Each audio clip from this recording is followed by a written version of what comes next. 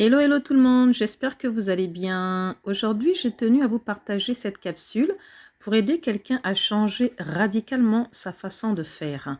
De quoi il s'agit dans cette vidéo? Il s'agit de confiance. Le titre que j'ai donné à cette capsule, c'est Voici pourquoi tu ne peux pas avoir une totale confiance en l'homme, mais en Dieu. Je parle de l'homme avec un grand H. J'avais entendu et lu qu'il n'était pas sage de placer sa confiance en l'homme, mais certaines situations vécues et vues me font le réaliser encore plus. Vous m'écoutez et reconnaissez être le genre de personne qui ne jure que par votre entourage, par vos relations, vos membres de famille, des amis, des collègues ou que sais-je. Vous êtes le genre à dire « lui, non, il a toute ma confiance » ou encore avec cette collaboratrice, je peux dormir les yeux fermés. Ou bien cet ami-là ne pourra jamais me trahir. Eh bien, si vous ne revoyez pas votre posture, chers amis, vous pourriez tomber un jour de votre chaise. Car vous êtes loin d'imaginer à quel point l'homme est et restera un mystère. Mon but n'est pas de vous inciter, loin de là, à vous méfier de tous ou encore à vivre en autarcie. C'est pas du tout ce que ma vidéo vise. Je voulais juste interpeller une personne sur les réels dangers qu'il y a à se confier en l'homme. Voyons quelques arguments sur lesquels je vais m'appuyer, notamment pour vous encourager à plutôt placer toute votre confiance, je dis bien toute votre confiance en Dieu. Le premier argument est que, contrairement à Dieu, qui est infaillible, l'homme, lui, est faillible, imparfait. Il a ses limites, ses faiblesses et ne pourra jamais vous satisfaire à la hauteur de vos espérances. Même avec la meilleure volonté au monde, vous savez, l'homme ne sera jamais capable de rendre votre choix parfaite. Voilà pourquoi certaines personnes, malgré le nombre de relations qu'elles peuvent avoir, leur argent, souffrent d'un perpétuel vide intérieur que seul Dieu peut combler. Tournez plutôt vos regards vers celui qui vous a créé et qui vous connaît mieux que personne. Le deuxième argument, c'est celui de dire que l'homme est changeant. C'est vrai, l'homme est changeant. Vous ne pouvez donc pas vous fier entièrement à lui. L'homme change, mes amis, parfois au gré des saisons, de ses expériences, de ses attentes ou encore de son environnement. L'être humain est très imprévisible.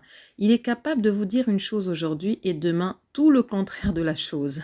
Parfois, il va vous faire de belles promesses, mais agir totalement à l'opposé de ce qu'il a dit. L'exemple du « je promets de t'aimer toute ma vie, pour le meilleur ou pour le pire » est un exemple dont on peut s'inspirer, à en voir des foyers, malheureusement des mariages qui pourtant avaient bien commencé, mais ont mal fini pour diverses raisons. Or, la parole de Dieu nous dit que Dieu n'est pas un homme pour mentir, ni un fils d'homme pour se repentir. Ce que sa bouche dit, sa main le fait. C'est-à-dire que Dieu, lui, ne change pas de discours. Il demeure le même et tient toujours ses promesses. Bien entendu, quand nous collaborons avec ses principes. L'autre argument que j'ai noté, c'est que l'homme est méchant. Cette parole va peut-être choquer certains, mais c'est la vérité, n'en déplaise à certains. Mon ami, si Dieu lui dit que le cœur de l'homme est tortueux et méchant par-dessus tout, c'est qu'il faut vraiment y prêter attention et pas juste balayer cette parole du revers de la main. Il faut prendre le temps de méditer sur ces mots et voir dans quelle mesure agir avec l'homme. Rien ne sert de contester en disant « Ah non, moi, ceux qui m'entourent ne me veulent que du bien. Ils ne me traiteront jamais, ils ne me trahiront jamais. Je mettrai même ma main à couper, certains iront jusqu'à dire. Mais lui-même, si vous vous rappelez, si vous lisez la Bible, Jésus, qui l'a trahi? Judas n'était pas son ami? Pourtant, il a trahi. Et qui êtes-vous pour y échapper? Mon ami, le cœur de l'homme est méchant. La même personne qui mangera avec vous, rira avec vous, fera la fête avec vous, peut-être la même vous livrera sans que vous n'ayez vu la chose arriver. La même personne à qui vous avez ouvert votre cœur, donné votre confiance, peut tout à fait vous enfoncer un poignard dans le dos. Et je pense vraiment que je n'ai pas besoin de vous donner des exemples, tellement il y en a. Quand vous écoutez, vous suivez les faits divers tous les jours à la télé, il y a ce genre de cas. Récemment, encore, je suis tombée sur une histoire abracadabrante d'un monsieur qui en quelque sorte a été adopté donc par un couple et ces personnes-là lui faisaient confiance, donc ils l'ont fait entrer dans leur famille, c'était un couple et ce couple-là avait des enfants. Et ce monsieur-là a vu les enfants de ce couple-là grandir. Il y avait une jeune fille notamment qui n'était même pas encore majeure, mais bon, vous savez, la fille à un certain moment, elle se développe, elle commence à avoir des formes, et ce monsieur a commencé à faire la cour à cette jeune fille. Et cette jeune fille, elle était mal à l'aise parce que le soi-disant tonton a commencé à lui faire des avances, au point même de lui proposer de l'argent, sortir avec elle. Il dit que ouais, moi j'ai de l'argent, en tout cas si tu sors avec moi, tu seras bien, patati et patata. Vous imaginez un peu jusqu'au jour où cette fille-là a finalement dénoncé ce tonton-là à ses parents et ça a été vraiment un scandale parce que ces gens-là étaient dégoûtés. Ils ont dit mais attends, on t'a introduit chez nous, on t'a fait confiance, tu étais devenu comme un membre à part entière de cette famille et toi tout ce que tu trouves à nous faire c'est ça? Non mais franchement, les personnes étaient vraiment déçues et ça montre à quel point le cœur de l'homme peut être méchant. Et en plus, ce tonton-là, il est marié. Donc, c'est vraiment pour vous dire à quel point vous ne pouvez pas vous fier aux hommes, en fait. Bien entendu, sur Terre, il y a des personnes intègres, il y a des personnes bien, mais lorsque le Créateur nous interpelle sur la méchanceté du cœur de l'homme, c'est bien qu'il y a des raisons pour ne pas se livrer par naïveté. Vous pouvez être proche des gens, les aimer, mais ne les mettez pas dans vos cœurs à une place qui est censée revenir au Créateur. Et Dieu dit... Béni soit ceux qui se confient en Dieu, mais maudit soit ceux qui se confient en l'homme. Il sait pourquoi.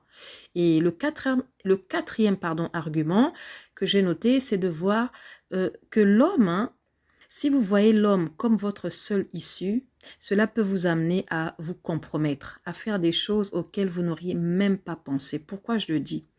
Parce que lorsque vous êtes totalement convaincu que votre avenir est attaché à quelqu'un, si cette personne vous demande de faire des choses abominables, vous pourriez céder. Vous pourriez céder. Beaucoup de gens l'ont fait, malheureusement.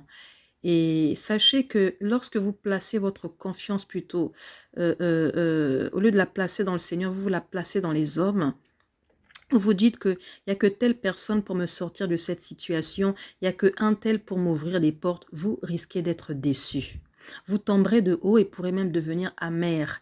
Parce que comme je l'ai dit au début, l'homme est limité, il est changeant, il est méchant.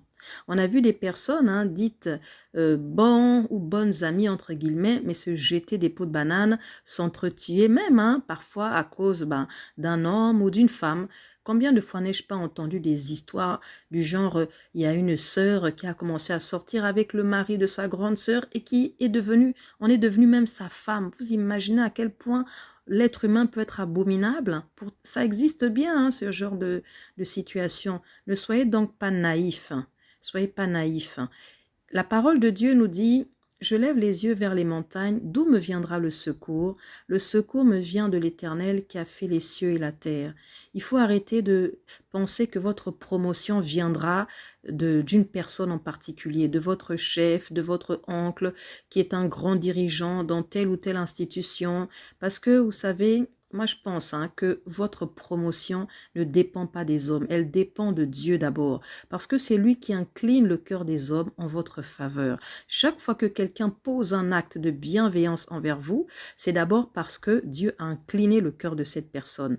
Donc, il faut plutôt placer ses espoirs en Dieu pour ne pas être déçu et pour ne pas aussi en vouloir inutilement aux gens. Et si vous agissez ainsi, vous verrez, vous serez beaucoup plus serein face aux situations que vous pourriez rencontrer. Vous n'aurez plus aussi à porter ce stress qui est à chaque fois de vous dire, mais qu'est-ce qu'il dit pour ma demande? Ça fait déjà un moment que j'ai déposé mon CV s'en est où, etc. Donc, ça vous met un stress. Alors que lorsque vous prenez votre situation et la confiez au Seigneur, lui, il vous remplit de sérénité. En plus, c'est lui qui est capable de tout vous donner, à condition que ce soit dans sa volonté et pour votre bien. Car il ne faut pas oublier que Dieu, comme un parent aimant et responsable, ne nous traite pas en enfants pourri gâtés. Il nous donne toujours ce dont on a réellement besoin. Voilà pour aujourd'hui. J'espère que ce contenu parlera à quelqu'un. Sur ce, je vous dis à bientôt. Bisous, Armelle.